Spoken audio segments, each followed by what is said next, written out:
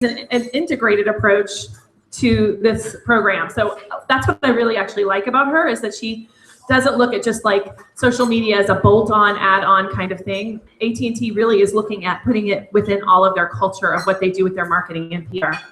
So I'm going to go ahead and get started with her and let her tell you a little bit about their program and sort of where she comes from on this, get a little bit of background about why the Hispanic market is so important. And then from there, we'll launch into some questions and talk about some of their campaigns. All right. Well, good morning, everyone. And again, thanks for coming out. On behalf of AT&T, we're super excited to be here and share. And I wanted to acknowledge some of my team members here. We actually have Tori, who manages all of our users, social media, Facebook and Twitter. So she actually does a big role in social. We've got members from Cricket. Cristina manages all of our Hispanic digital and direct.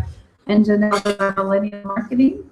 Juan helps us with CorpCom, and we've got Lindsay from External Affairs. So feel free to ask any of us questions as we go through. I just have the fortunate place to be here today to talk on behalf of everybody. So let's talk a little bit about the Hispanic population. Why is it so important to ensure that you're marketing to this group? So from my perspective, 17% of the U.S. population, that's a pretty big, sizable number. But what does that really mean? What does that translate into? So that's 57 million, according to Geoscape a couple of months ago.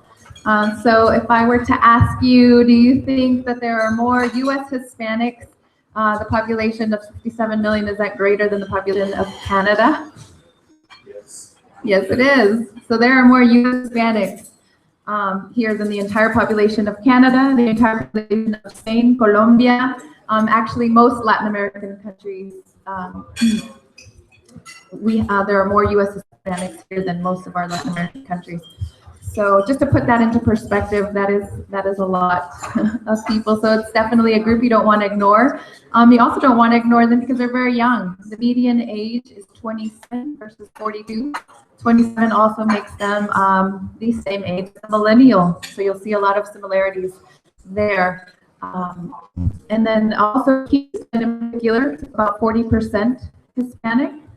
1 in 4 millennials in the West is Hispanic, but when you look further into the DMAs that are really Hispanic, for example, Houston, 44% of millennials in Houston are Hispanic. So depending on where you're targeting, those are some things that you'll look into to really understand where you should be heading into or how each of those targets is for you. One of the things I want to kind of make it interactive. Of course, we are kind of skewing because it's the topic of the day, but could you raise your hand if you consider yourself Hispanic or Latino? Yeah, so see, 40% or more, a little bit more in the room. Yeah, So I forgot to raise my hand. Yeah. I wish I was. Like, I wish I could speak Spanish fluently. Well, you could be an ambicultural. Yeah. Let me just check here. So again, you know, the U.S. Hispanic consumers, again, being 57 million, purchasing power this year is 1.5 trillion. If they were to form their own country, it would be 12 billion. The segment is also very tech savvy, early adapters of technology, more likely to have a smartphone than any other segment. They over-index in smartphone devices for a long time now. And so they're more likely also to access social media, their mobile device, internet, stream content, etc. So for AT&T, that's very important to ensure that we are servicing the customer and meeting the needs that they have with the devices and the services that we offer.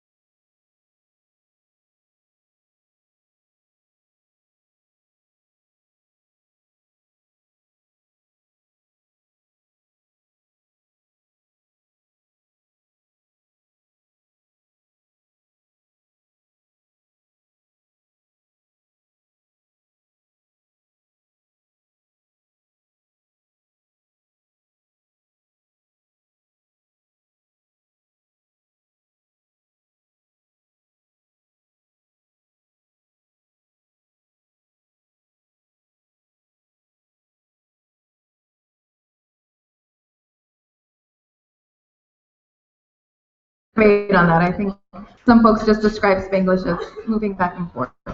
So I think everyone will have their perspective on that. Yeah, and then in that one, Juan, I'm not sure. I think it reached 7 million people.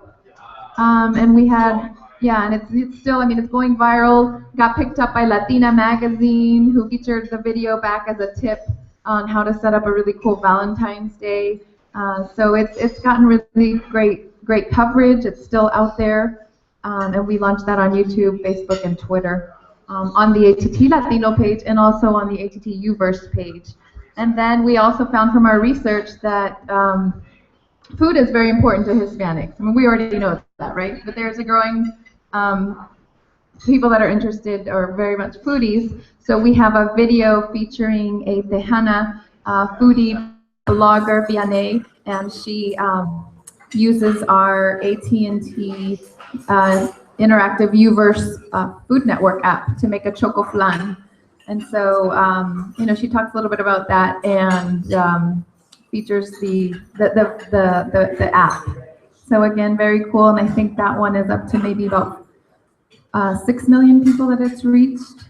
And these videos are doing very well. They're beating our forecast and our industry or our social media engagement averages by quite a lot. So again, do your research, be very customer centric, know what platforms to deploy and where to reach people with what is interesting to them.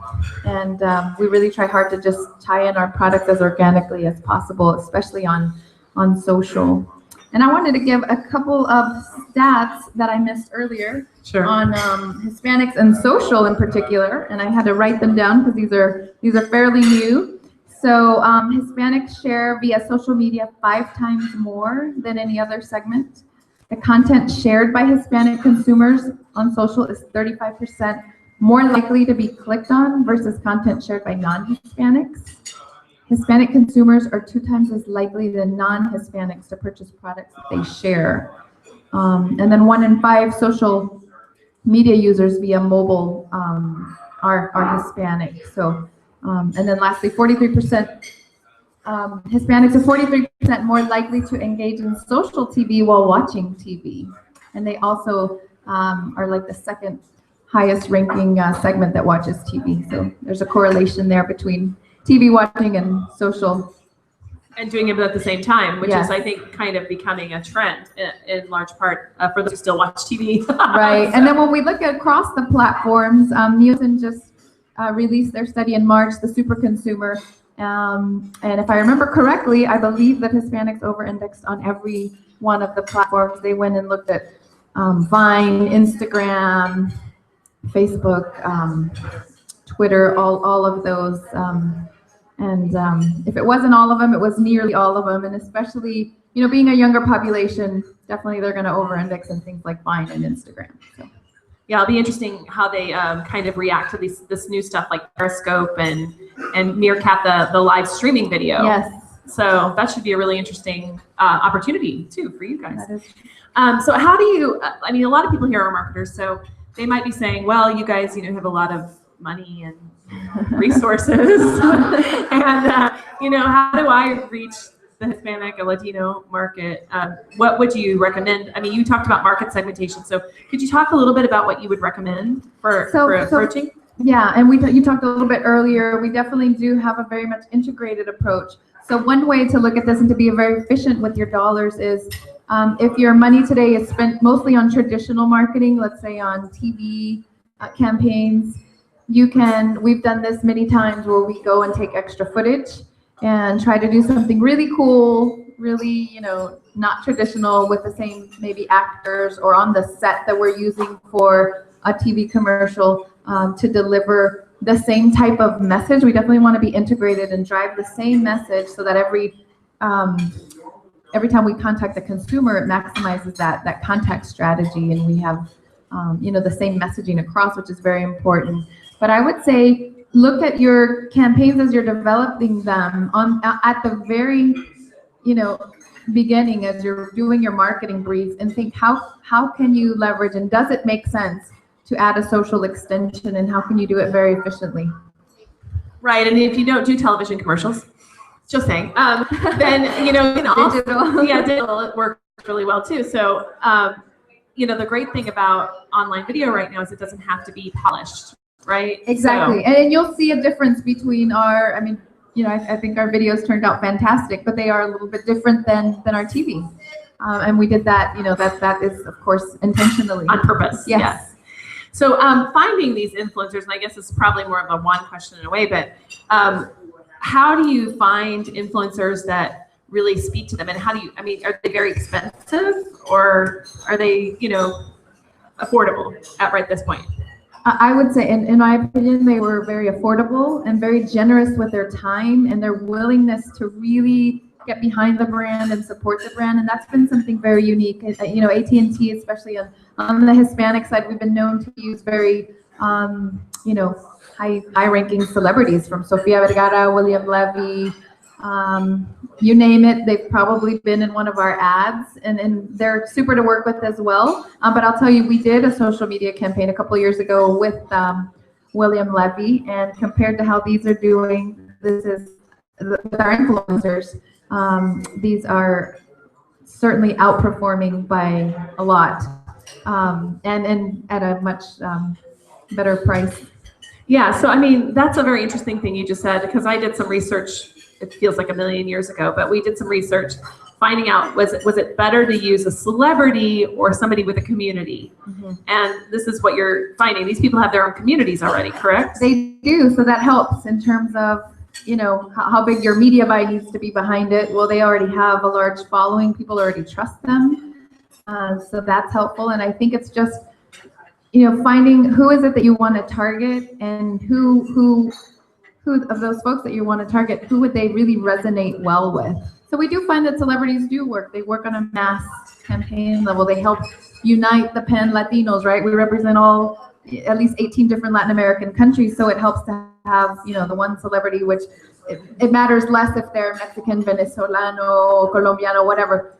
But at the social level, we have found that it's very helpful to just, you know, get really targeted who we're going to target, and then find influencers that can speak to that and help us get our messaging across. Right. And one of the things I was kind of wondering is how did this kind of bloom? How long have you been kind of in the social media space and kind of seeing it as this big of an asset as a company? So we launched our AT&T Latino Facebook page, I want to say at least 5 years ago. Yeah, you were early to this. I believe we were, and we very much had just an organic approach. We did not have paid posts. We, you know, took advantage of different events and activities that we were at and just grew the base. And then I'd say probably 2 years ago, we started doing more of the paid posts and trying to grow our fan base. And Juan can probably tell us how many fans we have now on our AT&T Latino. We have over 60,000 on our Twitter handle. On 60,000 on the Twitter for the AT&T Latino. And Twitter, I think, launched last year. Right here, AT&T Latino. We have a couple 100,000 on Facebook. And a couple of 100,000 on the Facebook Yeah, I think page. it's actually close to 1 million. I think. Growing, not something that- No? Okay. It's growing. It's growing up. The other page Maybe probably I has, was looking at Tori's AT&T numbers. AT&T Uverse probably has 1 million. Yeah. Oh, she's I would got say. 2 She has million. 2 million. I got our numbers mixed up. I mean, you know, 1 million, 2 million. It's the difference, especially with the reach we have now. It doesn't really matter on Facebook without paid posts. So that's part of what we have to do too, You know, right? and I'd say that's one of the biggest challenges is keeping up with Facebook's changes and rules. And how do you work with that? You know, there was a time where it was hard to even deploy videos, or videos could not be seen on the mobile device. So we've come a ways, right? As the platform has come a ways as well. But I think that's key, to have someone that's an expert that can keep up with what's the best way. How do you really reach your customers on these platforms as they change their rules? It seems like daily to me, but At least at least daily. The number one rule of Facebook is that Facebook will change the next day. So you've now expanded into other countries as well, right? So AT&T has.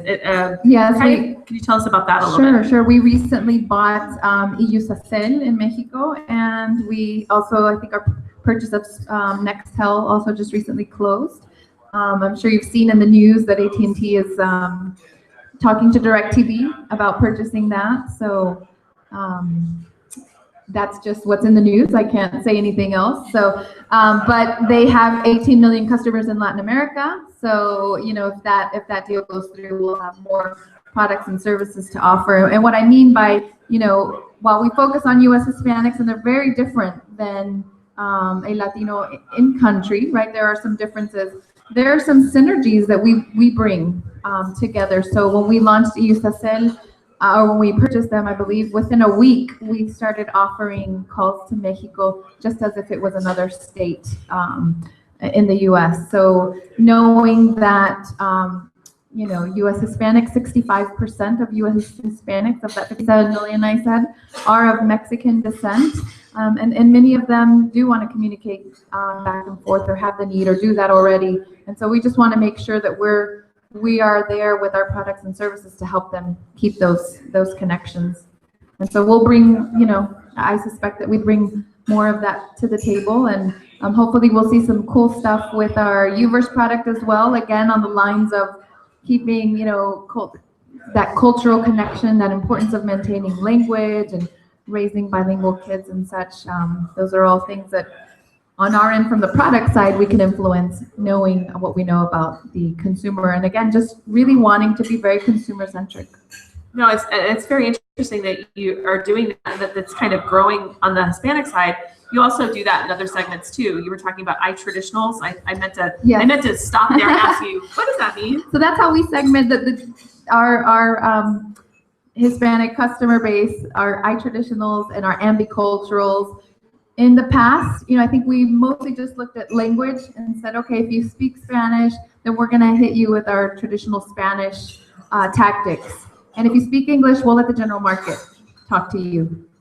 And over time, we've realized, you know, there is an increase today. In fact, the majority of the population growth of Hispanics is from U.S. born or native born Hispanics versus foreign born. So we've seen a reverse in the trend over the last few years, and we see that they're very comfortable consuming English media, English entertainment. We've seen a lot of also new media channels like Fusion and Ray. There's many more that have come up that really are targeting that Hispanic, bilingual, bicultural is what most people refer to them as. And we you know, felt it was very important to speak to them also in language. You know, our research shows, and we hear it over and over. Nielsen also just did their report talking about how important culture is. So even if you're speaking to them in English, culture is very important. So how do you maintain a very authentic cultural connection with the consumer? And so that's what we're doing. That's what brought us to target them both in Spanish and in English. And so our iTradtionalists, they may consume some English, but we target them mostly with our Spanish. And our ambiculturals, we target them in both Spanish and English. That's right. And one of the things you just said I think is really important is that, you know, there's got to be a cultural understanding no matter what language it's in. And I think for those in here that may have no background in like that, you know what I'm saying? So what would you recommend to a marketer that is kind of like out there and they're like, I need to learn more about Hispanic culture. I need to start learning about that. Like, what would you kind of give them as an idea to do? If you can afford primary research, that's always very helpful. If not, there's plenty of secondary research. But I think it's just, there are some very subtle nuances in how you communicate or how you can make that communication even more effective. And it could be something that's so subtle. It could be a song in the background that is going to resonate with me because I grew up with it and I recognize it as a Spanish folk song or what have you. And somebody else who's not familiar just may hear it as music and life goes on. But to me, it really meant something. And I felt like, you know what, that brand gets me. That brand knows that I grew up with that song. So there's some very subtle things that you can do to what you already have in market to just make some subtle tweaks to them, you know, create alternative versions of what you have in market based on the different cultural nuances on and which holidays market. and things like that too. They're very important. Yeah, I in the mean, Hispanic segment. yeah. So you'll have like different ones that we don't really celebrate or know about. Maybe we kind of hear, just had Cinco de Mayo or Dia de los Muertos. Dia de los Muertos has now become this big, Day of the Dead. We had a cartoon, The Book of Life, that in English, targeting kids, and that came out. And so I think you will see more of that. I mean, really the influence of Hispanics on mainstream culture. Yeah, and I guess I didn't really. I mean, I married somebody who's not of my culture. He's Belgian, not Hispanic, but you don't really think about the fact that all these small cultural cues that you grow up with like resonate with you. So, for example, we saw Big Bird the other day, and he's like, "No, Big Bird is supposed to be blue." Yes. In his market, like, and I think it's green yeah. in Plaza Sésamo. So I mean, yes, exactly. So I mean, these kinds of things.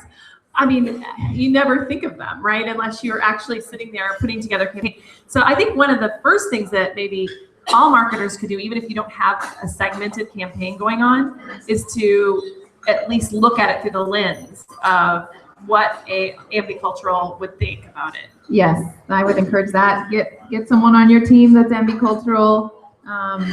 Consult with whatever resources you have. But I think there's a lot of secondary research out there now, and people. I mean, a lot of folks are now like doing what we're doing. Pew and what do you use? Nielsen. Nielsen, Pew is a big one. Ethnifax. You have any other ideas? I would just say it's important if you're going to do a holiday or you're going to recognize a particular Hispanic occasion that you do it authentically. Yes, authentic. Yeah. So that's the other part. Indeed, he said for those that are out in the universe, there is that you have to do it authentically. You can't just like capitalize on a holiday, which is true. It's true about everything. Like Women's Breast Cancer Awareness Month. It's like everything's pink. Everything's pink. Everything's a ribbon. They put a ribbon on like your beer bottle, and you're like, really? Or on a big greasy fried chicken bucket, and you're like, oh, that causes cancer. Awesome. So yeah, you got to be authentic in what you do. Indeed, that would be rule number one. And then depending on your brand, I mean, we have to run everything through corporate compliance and legal, and so that has its own challenges. But again, they also help ensure that we're doing things that are very much in line and appropriate with the brand. Oh, yes. Okay, so I do want to start like opening it up a little bit to questions in case somebody has some, because I'm sure there's a lot. Yes. Hi. So I was looking at your social media pages. So we talk about 2 million in users, 5 million at AT&T, and 500,000 in AT&T Latino. So you mentioned them cultural, and there's a lot of discussion between total market, cross-cultural market. How do you manage having the 3 pages and how you talk to them? Because I assume there's a lot of overlap between the 3 and how multicultural influence the mainstream. Exactly. So and just also to note, so I oversee our home solutions products. That's Uverse high-speed internet, Uverse TV. And on our AT&T Latino page, my colleague who handles all of our wireless and my colleague who does retail, we all share our AT&T Latino page. And as I mentioned, I support the Uverse product, and Tori, my colleague here, manages the entire Uverse operation. We just work together. Hey, Tori, I have something that's coming up. I think you can target. Facebook has all kinds of ways to target. We can either target just the Hispanics, or hey, it's in English. Let's just go ahead and highlight wireless receiver. It makes sense. I'll take a lot of her content and repurpose it on my site. I even just keep it in English, and that's something that also we're learning as we go. But I think as we end up usually doing about 20% English, 80% Spanish, both on Twitter and Facebook. We just kind of look at the content and is it relevant? Are we highlighting a movie that she's going to highlight, or the latest Mayweather Pacquiao fight? I think we took a lot of her. Yep, we took her sweepstakes and just did the same thing. So we had a very integrated approach, because yes, and that's something that as a brand you have to manage. How many Facebook or Twitter handles are you going to allow? How many make sense? I think it's for us, we have a large product portfolio, so we feel that it makes sense right now to have that. But from an AT&T Latino perspective, we feel that, we just want to unite and be very unique with Latinos, and we want those particular, the Latino consumer just to see us as one brand. And so we share with our wireless counterparts, and you'll see, posts. You won't know. Some of them are just engagement posts. Did my team do them or did the other team? You won't know. We in fact use the same agencies to make sure that that's clear. But when you see product-related posts, I mean, that's when you can tell a little bit of the difference.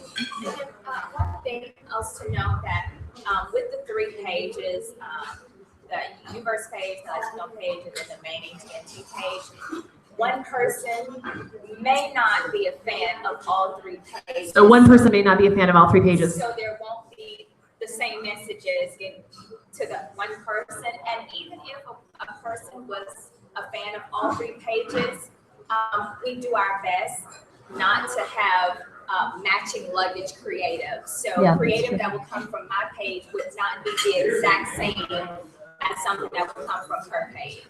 That's an interesting thing you just said. We don't have matching luggage creative. That's great. Somebody tweet that. That's awesome. Yeah, that's good. Tori Charian. No, it's good. I like it. We'll make you sound smart. No problem. And we do have people at the top, looking at all the pages. And then there's something else that came to mind, Tori. Some of our products are not available across the 50 states. And I think that is actually what drove us to have a separate Uverse product page at one point, where we are currently in 21 states. And so the wireless team has their 50-state page. Well, and you can also pinpoint target on Facebook, because I mean, even if they are, again, following all 3 pages, they probably won't see your updates unless you're targeting them from wherever, whichever page you're in. And then again, with the paid posts, right? So paid posts, yeah. Most posts from the AT&T Uverse page, we do our best to know in order to get our posts out, they need to have some media dollars behind them versus some posts that may be organic. They may not reach the same. No, it's true. So yeah, having that. Yes, the algorithms are killing us, aren't they? Anyway, so yeah, the algorithms are requiring very targeted media buys around the posts in order for you to see them. So you guys are gonna seem really smart really soon that you have the 3 pages, because I think having 1 page is having 2 million followers is it's no advantage anymore. Yeah, they're trying to make the likes depreciate. Yeah. What was the most meaningful post and campaign that resonated with you? What is one of the most meaningful campaigns that you guys have had? I'd say this video series that we've launched. I mean, these 2 have reached so many people, have gotten so many video views. I don't remember the numbers now. I want to say the first one maybe got 500,000, the second one maybe about 400,000 through the different platforms. And so those have been very successful. We have a lot of of course, we track everything. So we have tracked, from the comments, there are a lot of folks commenting on the product saying, hey, the product is really cool. Hey, I work for AT&T. I'm looking forward to selling this, or talking about, this video. And we've had actually close to 4,000 clicks to our Uverse Buy Now page. And so certainly we're still in the process of tracking, whether or not it led to sales and how many. But again, this is a very upper funnel awareness tactic, right? Very organic in our approach, but it has led to, to purchasing. Do you look at your overall purchase? Do you look at the percentage that are Hispanic and see how they grow over time? Do you do that? We do on a monthly basis. Great. So that was one of the things I was going to talk about a little bit at the end, was measurement and sort of what is it that matters to AT&T? Like, I'm assuming likes and stuff are important, but they're not as important as engagement. I'll let Tori give her perspective. Can I we look at let you talk into here, because they can't hear you online otherwise. You come up here. We'll bring you up, Tori. Come on. Good morning. Are you selling the same ROI as traditional? Yeah. That's an interesting question. So the answer is it's different to prove out the metrics, right? So when we first started with social media, so I've been with AT&T Uverse social media side for about 1.5 years. Originally, a couple of years ago, the metric was, let's grow our fan base. Let's see how many fans we can achieve. But having a lot of fans, it kind of lost the value once the algorithms changed and social media wasn't the new and fresh thing. Now we're really pushing on engagements. So who's on our page? What are they doing on our page? How much time are they spending on our page?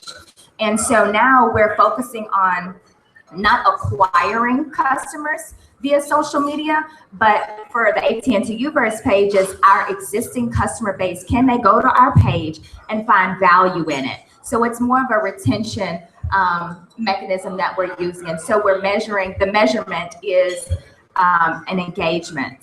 So it's very hard to prove out, to this gentleman's point, the return on investment via social media, because it's kind of wacky to get your metrics and then prove it out to $1. But we do track, what do we track? Our clicks, shares, comments, and then what's important with comments, and you have to be careful with engagements and take a deeper look at it, because you might get a lot of Negative engagements. Somebody's still going to complain about their bill, right? Look, so you have to review the comments and take it, you know, and really read it. But we do have a whole team that replies to those comments with a smile, I'm sure. That's exactly, you know, one thing to consider when you launch a page. You're going to, you know, you need to be able to supply social care. They're going to reach you, you know, to ask you any kind of question. And completely out of context. You can't necessarily hurt the stats. Like, you're creative, and you said they have nothing to do with what they say. Oh yeah, because they're still going to come on to have a question about the bill. They can have a question about digital life, their connected car, things that maybe your isn't focused on. But we've got a great team of people that respond. And in our case, we had to make sure, you know, because we're going to get a mix. Great, thank you, Tori. So yeah, kind of coming back to the ROI questions, I think for you and these influencers and stuff, you may be able to get to that eventually. I don't know. What do you think? I can, but that's look at it in terms of, you know, how much money we've allocated to social, which tactic has engagement within that tactic. But I mean, it's hard to prove, and of course there are people well far above us that, well, how many sales did you generate? But we're slowly turning the table, and you know, people are getting at really engagement. It is a place to build loyalty. In our case, we're also trying to build awareness, because we do have people from wireless on, and so, you know, or our own customers to know, hey, we just added this new channel to Uverse. So things like that, we definitely are tasked with doing on our pages. In the back. I just kind of curious, if you guys have any figures from the you guys ever have any missteps with figures from suppliers? So he wants you to tell you the dirty laundry stories. What happened? Just one. He just wants one. Is there ever a big failure? Fail fast, get better.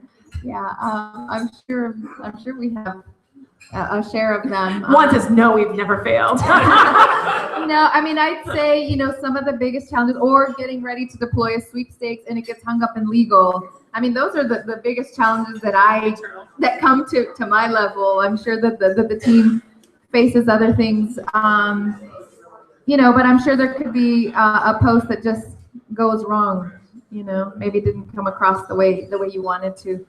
But I think the biggest potential hurdle on my end is just getting something going and then not getting legal clearance in time, or, you know, just the many steps that we have to go through.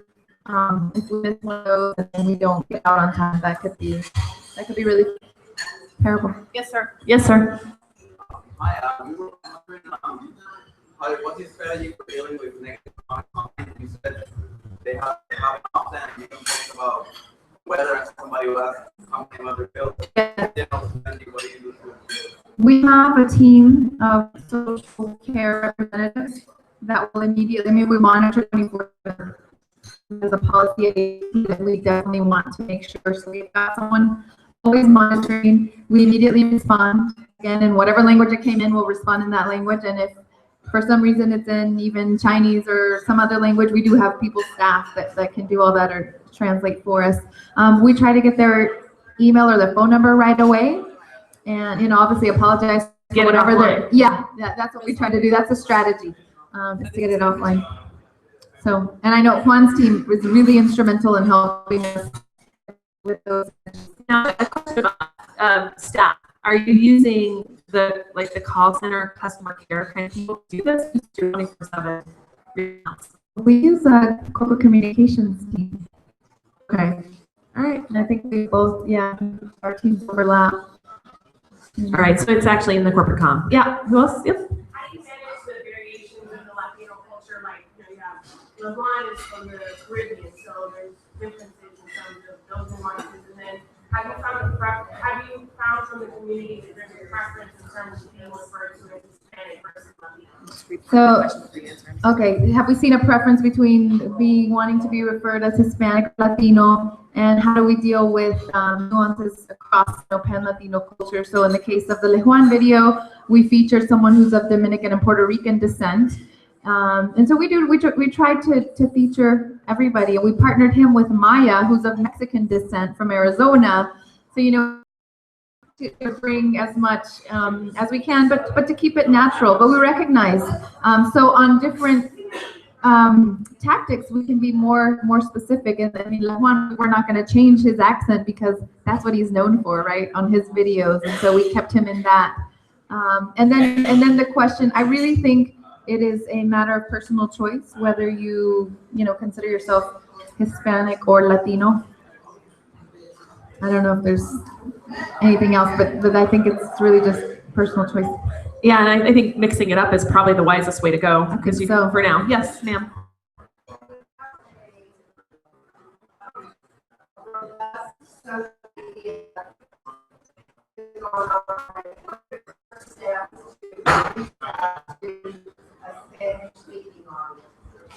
So if you have a robust, the question is, how do you So you already have a social media page and you want to. And how are you going to segment that off? Yes. Yeah, gotcha. So within if you have, I'm more familiar with Facebook. I'm sure Twitter has the same, where you can do some profiling and see if they've self-identified, or maybe Facebook has an algorithm or can consult you on, what percent. I think they've done that with us. Even we can tell, we get a lot of fans sometimes from out of the US, from Mexico, from wherever. And we can see all of that. So we can target that. So you might want to start with finding out how many today you have that are Hispanic. Are people responding in Spanish or in English? And you may want to start with just doing some English Hispanic relevant type of posts or engagement or campaigns, and then see if you have a need for doing, branching off and having also whatever your site is in English and starting one in Spanish. And that's a good point you're making there, because I think to be authentic for most of us that aren't in the culture, that it's probably wise to stick to English with cultural reference, and then hire somebody to consult with. And I know quite a few in here. Sandra, right there. She's available for any kind of consulting like that, and she's very good at it. I hire her for that. No, well, I hired her because I find that she's very good for that. But have somebody like that you can bounce things off of, and that can help you to come up with things that would be relevant. And then on Facebook, as she said, when you're doing those buys, and by the way, when you buy an ad on Facebook, you can spend $5. Okay, so that's the bottom end. So don't feel like if you're a small organization, you can't do this, because you can. But you can go that $10 a day, $5 a day. And you can target by language by saying, hey, Facebook, if the person has their browser or Facebook setting in Spanish, deploy this ad in Spanish, and if they have it in English, deploy this version. So that's also something that we do. So I would say to that a little bit. Yes, sir.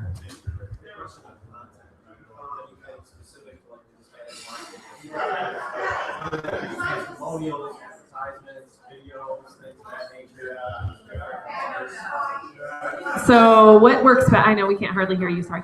What works best? Testimonials? Is there something that you found that's a silver bullet?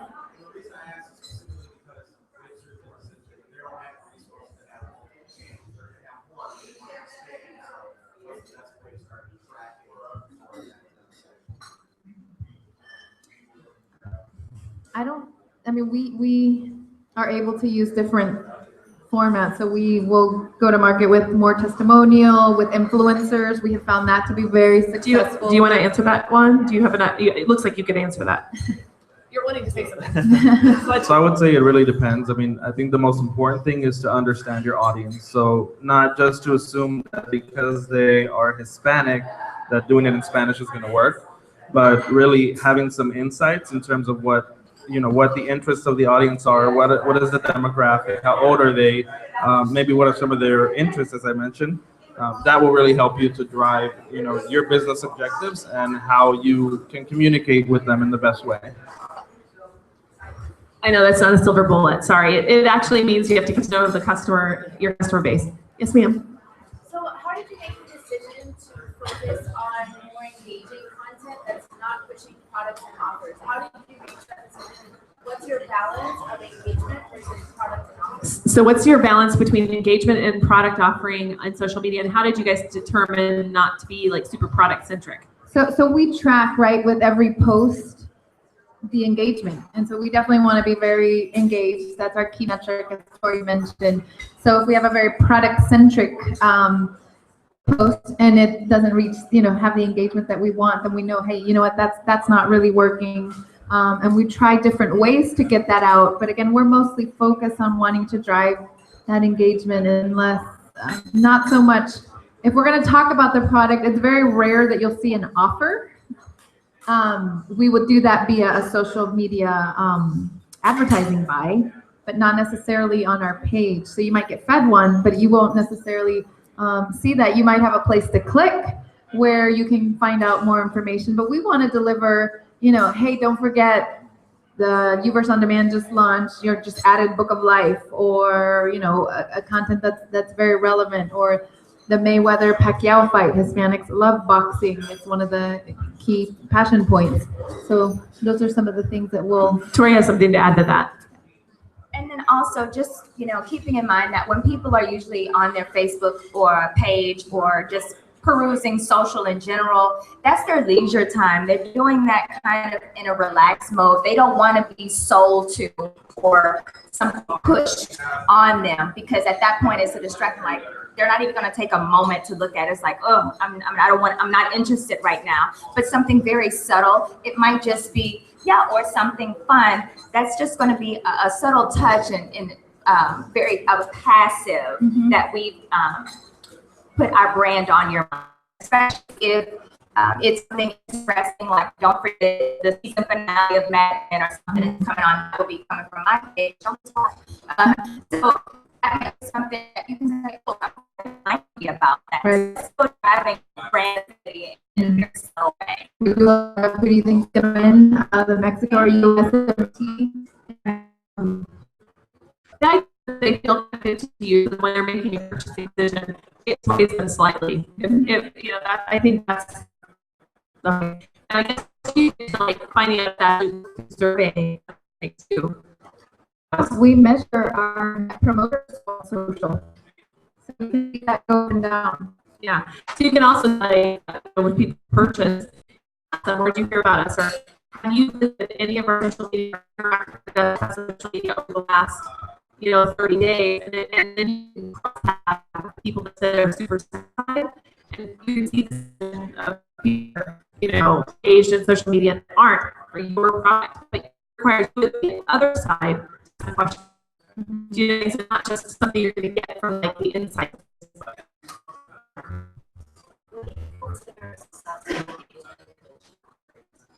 So we got our average. Successful benchmark. Yeah, what we consider successful. I'll look at my average rate, and I want to make sure I'm increasing that. So that's how we keep building on it. I don't know, Tori, if you have a different way to look at your benchmarks.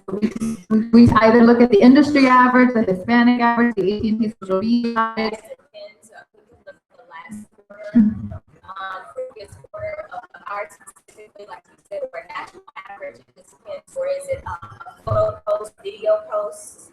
Yeah, and how you probably do that through your tool, right? Like, what do you guys, do you have an average in the tool that you guys use? Yeah, so they have